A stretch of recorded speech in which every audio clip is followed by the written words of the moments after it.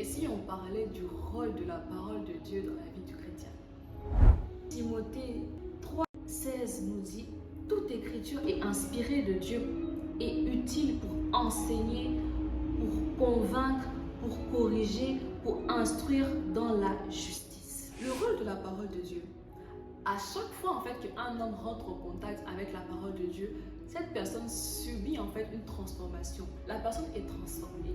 Et il faut savoir également que l'homme charnel ne peut pas comprendre la parole de Dieu. Seul l'homme spirituel peut la comprendre. Et une fois quelqu'un a dit la parole de Dieu, c'est pas un programme, c'est un style de vie.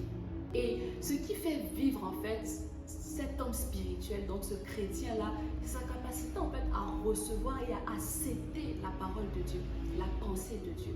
Et on ne peut pas dire en fait qu'on aime Dieu si on est loin de sa parole et si on n'accepte pas sa parole, parce que beaucoup d'entre nous, on a du mal à accepter ce que la parole dit et on veut prendre ce que nous en pensons. Et j'ai dit une fois à quelqu'un, ce que tu penses n'est pas important, c'est ce que la parole de Dieu dit. On le sait, parfois il me dit, ce que tu dis là, c'est pas ce que moi je te dis en fait. Tu veux parfois tellement, tu veux tellement faire ce que tu veux que tu négliges et tu pousses la parole de Dieu.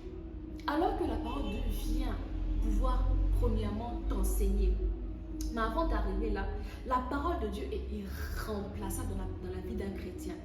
Si la parole de Dieu n'est pas le centre, n'est pas ton moteur, n'est pas ce qui te conduit, il faut savoir que tu n'es pas un chrétien.